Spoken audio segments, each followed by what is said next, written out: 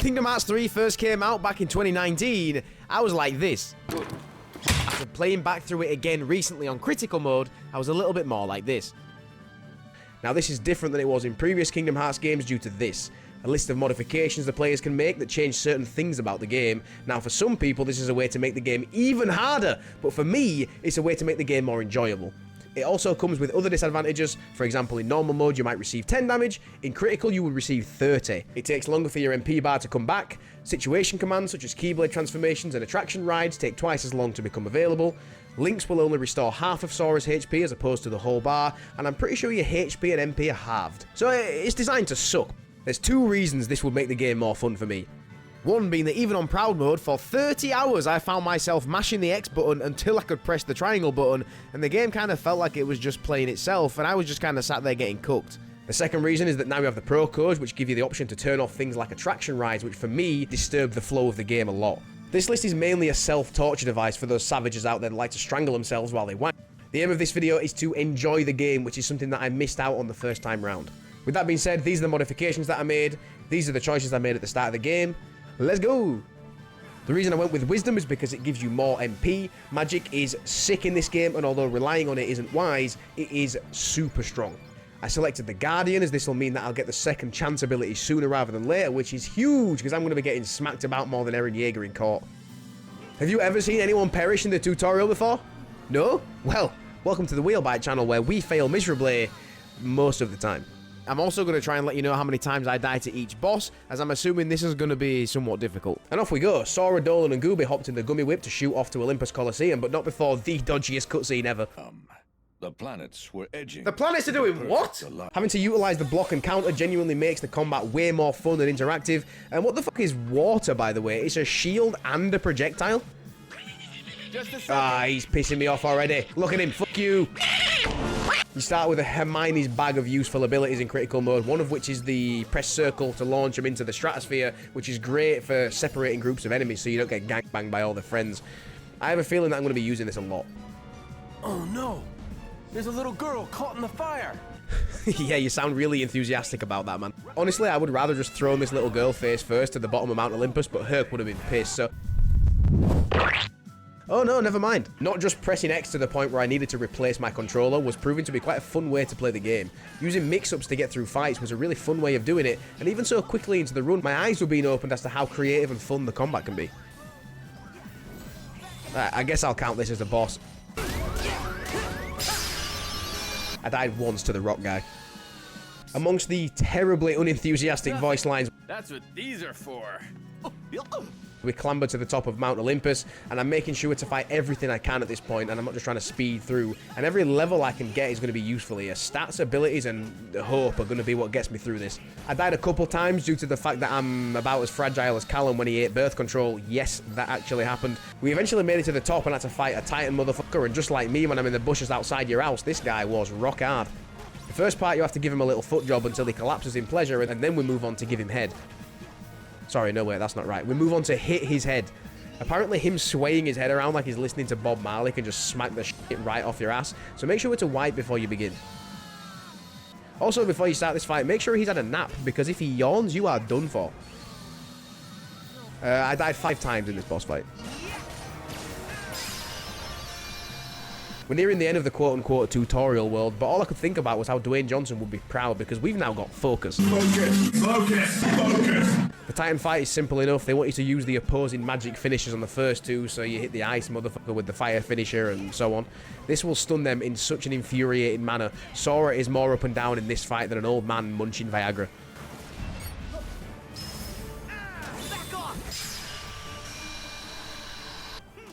Tornado Man will give you the sucking of a lifetime if you're not careful.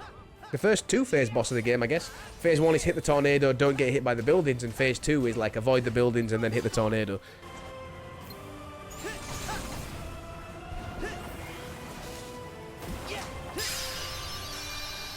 This fight I thought was a little pointless, to be honest. It was cool to play as Riku, but I think from memory it's the first and last time that you do. Kingdom Hearts 3 honestly gets points for the gummy shit portions of the game. I actually had a decent time buzzing around in gummy space. Next up is Twilight Town to fight this bullshit piece of shit. It's an annoying fight, to be honest, and it kills you in 2 hits, but it fills me with nostalgia from when they released that gameplay trailer years ago.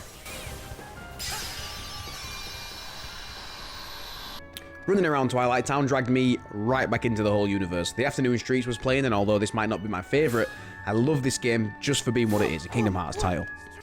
We acquired the Star Seeker keyblade, which does the magics. I normally loathe the little social media loading screens, but they're pretty useful in this situation, because instead of having to watch the cutscenes, I can save some time and just tell you the story this way. Also, let's be honest, the story makes no fucking sense anyway, and this way is probably going to be way more fun.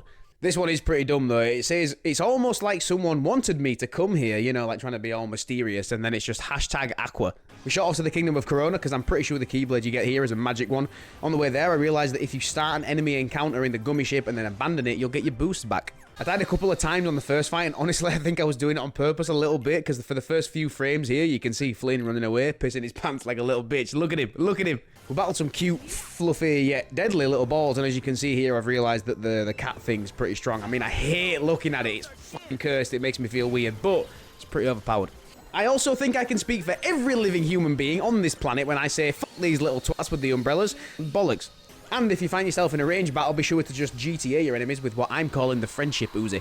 The stacked pot family of monkeys boss was up next, and it's fairly simple. Your goal is to defeat the monkeys, one of which will take control of the pots and spunk cannonballs all over you. It's pretty easy, but if it's too easy for you, he will then proceed to transform into a horse and charge your ass down with more force than a pack-a-punch thundergun. Just in case you thought that wasn't ridiculous enough, each pot is now its own individual horse, and there's some kind of like equine centipede going down. I died 4 times to the half-horse, half-plant pot. I'm going to summarise the Tangle world real quick for you, just in case you don't know the storyline. Ready for this? Girl touches grass for the first time ever, lol, fucking nerd. Girl sees some seeds, girl sees some rabbits. Doug wants to find the girl because she's gone missing, but the girl befriends a horse. Girl sees civilization for the first time. Girl dances. This bit makes me want to die a little bit, but I'm a sucker for rhythm games. Girl goes home and is sad about it. Gooby explains exactly why I've only got 4 brain cells as a result of my parents' method of trying to wake me up from a nap as a child. We keep calling his name and shaking him, but he won't open his eyes. Boy attempts to rescue girl, but finds out she's actually engaging in some kind of sick roleplay with her own mother. And then... Okay, I'm going to stop this now, because this implied storyline is starting to look a little bit too realistic. Anyway, in the end, she Miley Cyrus as herself, and everything's fine. The boss in this world is like a big inbred tree monster, and just before this I unlocked a fire boost, so I should be able to just torch his ass. Okay, maybe not. What the fuck was that? There's no real explanation as to what's killing me. Look at this shit. I could actually do a better job of explaining nuclear fusion than telling you what the fuck is going on here. Oh yeah, just on the off chance that you thought this is as bad as it gets, the tree can Randy Orton style just spiral suplex your ass into the fucking ground. So in the end I died 16 fucking times to this stupid leafy sack of dicks, and instead decided to switch it up and use the Star Seeker keyblade, which actually somehow broke his ass and stuck him to the roof while I just unleashed a country's worth of military hardware on him.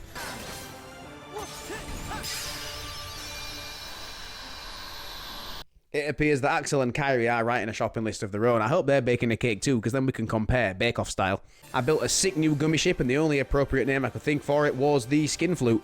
That we set off to the Toy Story world before we could. A ship pulled up on us, but it was no match for the Skin Flute. Toy Box is by far the coolest world to me. I've always loved Toy Story, and the best thing, the battle level is actually 2 below the Kingdom of Corona, which means that I am over-leveled. Therefore, should just be able to melt this world completely. It went basically as I thought it would, to be honest, for the most part. There's a real opportunity for levels here due to the fact that there's huge unkillable Gundams you can just hop in and steal XP. And what's that? Yours is low on HP. There's like 50 on screen at any given point. Just getting a different one, man. It was here that I realised I still wasn't quite set on which keyblade I want to use, but, you know, you can have 3 equipped at once, but, like, you might as well have one really strong one, right? So, I'm leaning towards the Kingdom Key, because it's pretty well balanced and you get to rock the Kingdom Hearts 2 drip, although the perk that it gets isn't really great. I did note, however, that the shot lock for the Ever After is dope as dicks. Just look what it did to this doll that, let's be honest, is way too creepy to be in what is realistically a kid's game. The ability that keeps just enough MP to let you use a cure, it makes the game as easy as scamming elderly people out of all their money. Like, you can mash spells and it'll just do the hard part for you. The boss here is unnecessarily easy, but it's probably because of the extra power that I got from the previous world. Fuck it, I'm leaving that burping. Sorry. I died 0 times to this boss, and I like this world a lot.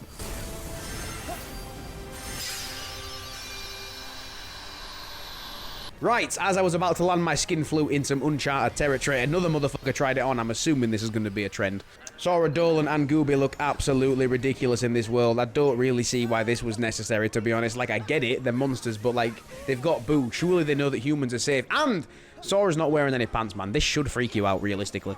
I settled on upgrading the Ever After due to the stupid transformation and shot lock capabilities. Watching the animation over and over again was getting a little bit annoying, to be honest, but kind of in the sense of, like, the annoyance I get from my dick being tiny. Like, it's irritating, but there's not really anything I can do about it. I was definitely noticing it fall short due to the lack of physical power, but I was destroying with the magic. Another thing that's actually really cool about this Keyblade is that if you don't lock on the full 28 times, it won't do the same move. If you're under, it will just do instantaneous damage to whichever enemy it is that you're locked onto at the time, which is cool because it's like fast as dicks, and just like your Toxic X, it's got lifesteal qualities. I'm having a lot of fun with it, to be honest, and although I'm positive I'll get sick of it at some point, it will definitely do for now. The boss in the Monsters Inc. world is what I like to imagine the owner of an insurance company looks like. He's just a slimy bag of garbage. Yet another boss in Kingdom Hearts 3 whose only method of putting a stop to Sora is just to kill him with some bullshit move that has a hitbox of about 3 miles long. I especially love it when he kills you even when you're guarding. That was my favourite bit. He took little to no damage from anything, so I had to assume he had resistance to magic. And because this Keyblade hits with the force of an actual key in real life, I was in for a terrible time.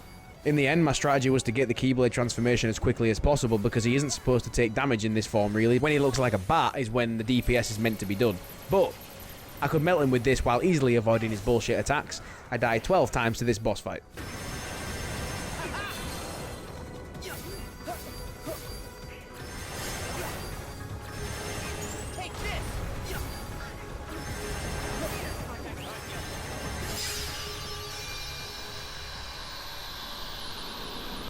Anyway, Sora's shot is loaded to the back of someone's bedroom door, and we were gone.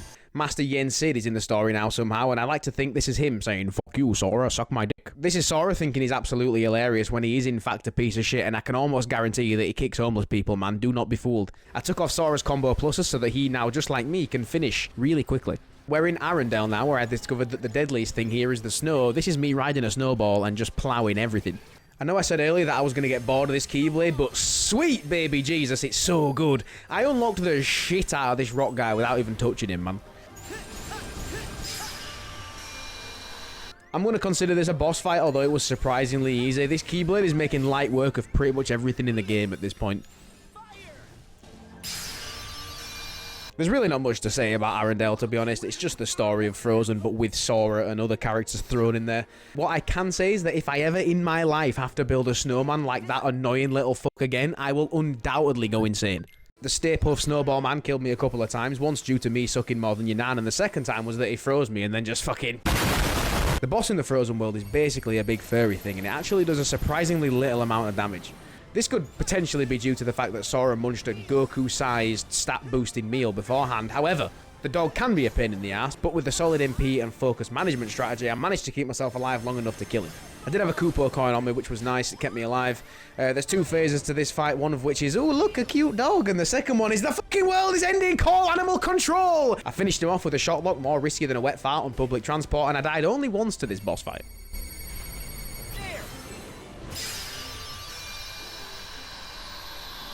By the sounds of it, the organisation have found their 13 darknesses. I always thought the idea of 13 grown adults wearing bondage gear chasing a kid round was a strange concept, to be honest. I'm a fucking pirate, man! Definitely one of my preferred Sora costume changes. So, I'm a magical teenager dressed up like a pirate, flying on what I think is a pig, fighting what I'm pretty sure is a bird. The first time I did this fight, I didn't realise you could just jump off to heal and then get back on the nearest one. It's a simple rinse and repeat of get up on the Hydra's back, smash his shitty little beak off with your Keyblade, and as long as you don't perish, you are good to go.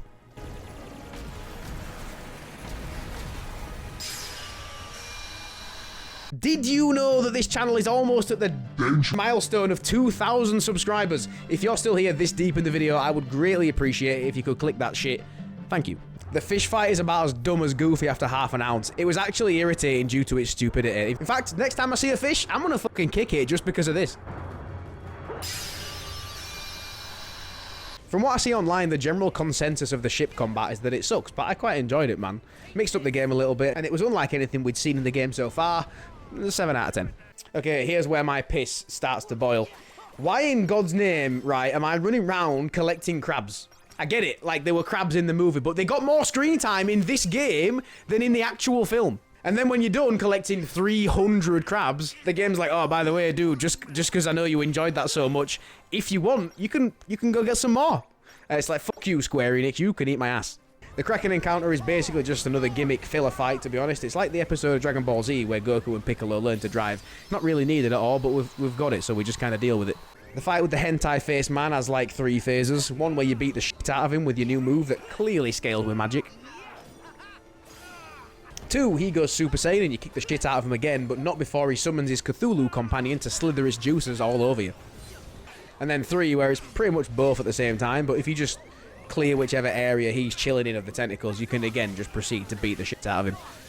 I died 0 times in this fight.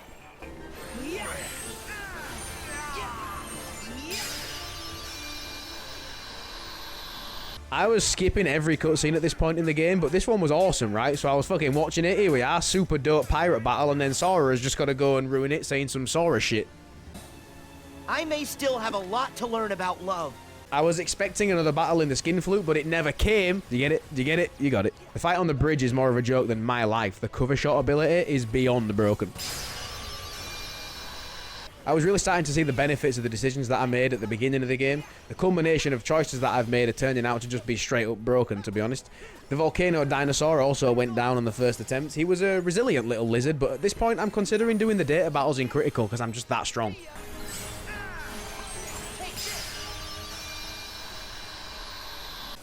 The nanotech fight is pretty basic. It's got like 4 moves and they all require a well-timed block. And what I mean by well-timed is you could probably scratch your balls and play the game at the same time and have no problems at all. Again, I died 0 times to this fight. Means he's with Organization 13. And that means he's not really Riku. How am I hearing this, Sora? You have battled countless Organization 13 members at this point. How do you not know that that's not your friend? You saw Riku at Yensid's tower 5 minutes before we came here. He doesn't look like that. Fuck, he's so dumb. The Baymax battle has cool elements, but at its core, it's janky and fairly boring.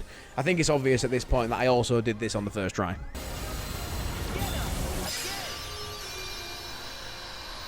Turns out I was wrong. Feel free to tell me I deserve to die in the comments. You do play as Riku again.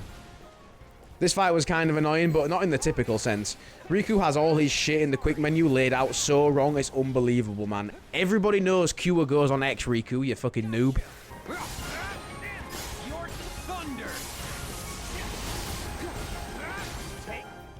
Riku calls on Sora to help him because, you know, my friends are my power. And then Sora has to fight a boss infinitely harder than the one that Riku just did. I died 5 times to Dark Aqua, but I was glad I got to do an actual fight. It was fun. Take this. Yeah, it's over.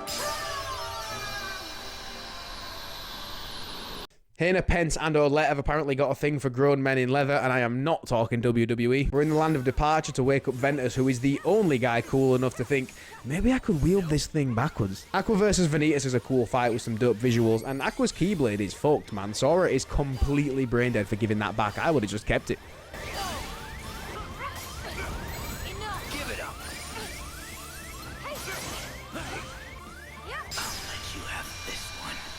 3 hours of cutscenes skipped, and this is what I ended up with.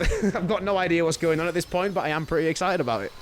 After we effortlessly killed like 1,000,000 Heartless, we had to come to terms with the fact that Terra is the 13th bad guy. But oh my god, look how pissed Gooby is. He's so ready. This is a very large, very drawn out part of the game, so luckily for you, via the power of post-production, you get to skip it. I had to play through that shit. I spent a solid 15 minutes of my time chasing down this little shit who thinks it's cool to go hopping between worlds with 0 use of a gummy ship. Man, this dude is cheating harder than Dr. Disrespect.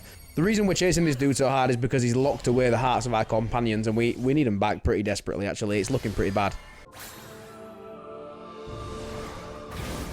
Oh, fuck, it's Donald. Take him back. I don't want him. After some proper Kingdom Hearts nonsense, I found myself in the Keyblade graveyard fighting what I'm going to call big fucking snake monster made of thousands of Heartless. I died twice to this battle, but I'm really glad I got the glide ability, as it came in pretty handy when big fucking snake monster made of thousands of Heartless was erupting rocks from beneath the Earth's surface. Other than that, it was fairly simple, man. Block and don't die.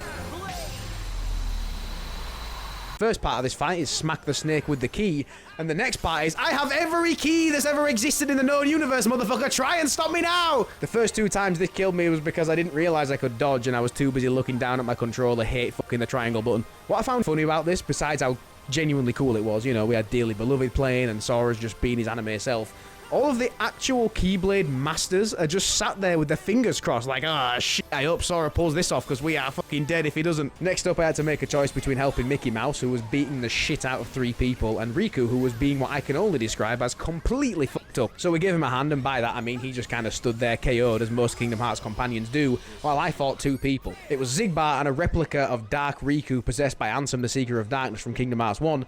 The fight actually ended in a pretty cool way. We did like a coordinated attack, and Riku kept the combo going so I could sneak in and get the last hit. It was pretty sick. Back off! But why? The next fight actually had 3 bad guys, but you only really need to worry about Bono. He's going to do the same thing he's done in every single game he's taken part in so far, which is either hide in a card or a dice or something. The other 2 organization members will put in the tiniest amount of effort possible. Xemnas, he must only be paying a minimum wage or something. Hit the card that he is chilling in to do damage, it's dead easy. Oh no, wait, I've lied to you. I did have to fight the other 2, which was significantly more difficult than the previous double battle. Marluxia will spam his scythe throat, and the other one, whose name I don't really care to learn, has infinite MP seemingly, and has the most fucked lightning magic I've ever seen. I died, I think, 3 times to this, but played to my strengths and used the old ever after and fucking battered him. Okay, this is getting dumb, so we're gonna fly through him. Next up was Shion, and then the scary guy who takes no shit from nobody, and then Vanitas, who went down like a bitch, and I wondered why, but then I realised they paired him with this twat who comes fully equipped with a Cum Guardian. Once again, the ever after shotlock saved my life. It's basically just a crutch at this point. I died twice to this fight. I'm now facing off against Ansem Seeker of Darkness, Young Xehanort, and Xemnas, or if you want to use their actual names, it's Xehanort, and, oh yeah, Xehanort. Naturally, I went for the weakest first, which was the young Xehanort. Top tip for life in general, to be honest. If you have to fight 3 people and one of them's a kid, kick that fucking kid directly in the face. Next up, I decided to target Xemnas. He's a crafty bastard. If you let him get older, he will just lightsaber your ass to death without a second thought. I was pretty lucky with this fight. I had some well-timed dodges, but I think what won was the damage I got when I trapped him in a corner and just fucking... He killed me 3 times. I left Ansem for last, and I think there was definitely a reason for that. This motherfucker has done like a whole anime training episode since Kingdom Hearts 1. He's got a lot of attacks, but the one that sucks your ass in is easily the worst one. Every time I saw him curl up into a ball, I got like instant anxiety. Eventually, I just started using Leaf Bracer to iframe through it. He killed me 5 times.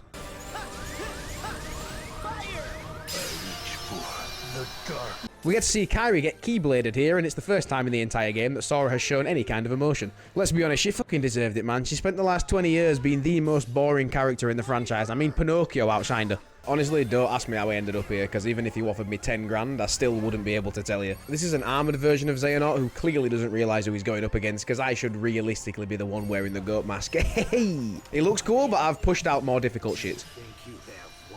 I think he took it to heart though, because he pulled some bullshit and cheated. He now has 2 keyblades stuck together, otherwise known as the keyblade, which I think is fucking dumb, to be honest. I think they're just confusing people for fun at this point, man. I find myself locked in a battle to the death with a bald old man, and I am getting outmatched. I died maybe 3 times and then got to the bit where he turns you into Shadow Sora, thus taking away your ability to heal. I died like 5 million times on this bit. The key is to dodge the beams of light and then somehow survive the onslaught of dicks that he throws at you. And it's not like a timed thing either. You are just here until one of you cannot take anymore. The block timing is way less forgiving because every attack Sora has in this form, the Keyblade gets swung like 20 times. So if you're gonna attack, you need to be damn well sure that it is the appropriate time to do so. You're gonna reside here until you smack enough light balls out of him to hit the reaction command, but don't worry, because as soon as you come out, the fun continues. This time, there's a million of him, and he's got lasers that can't be blocked. You have to block all the duplicates that fly at you while Sora's just like, fuck, fuck, fuck, fuck, fuck, and then dodge the lasers when they arrive. After that, you're back into the fight, and bingo, bango, bongo, we have just murdered an old man. I died like 22 times. I really enjoyed this one, to be honest, and I'm grateful that I can have an appreciation for a game that I've wanted to like so desperately for like 6 years now. If the data battles are something that you want to see me do, let me know, because I have never been anywhere near them. Thanks to those of you lot that are still here, and stick a like on it if you want, because it does help me out. And I'll catch you in a bit.